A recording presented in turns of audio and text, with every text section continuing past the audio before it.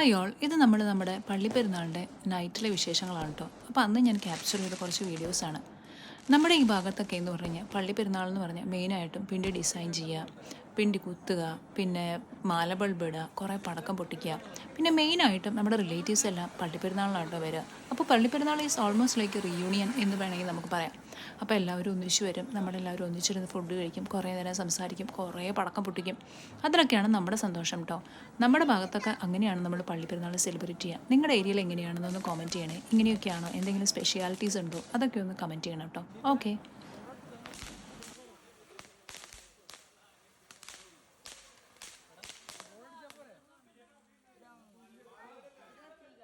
ഞാൻ അപ്പുറത്തെ കത്തി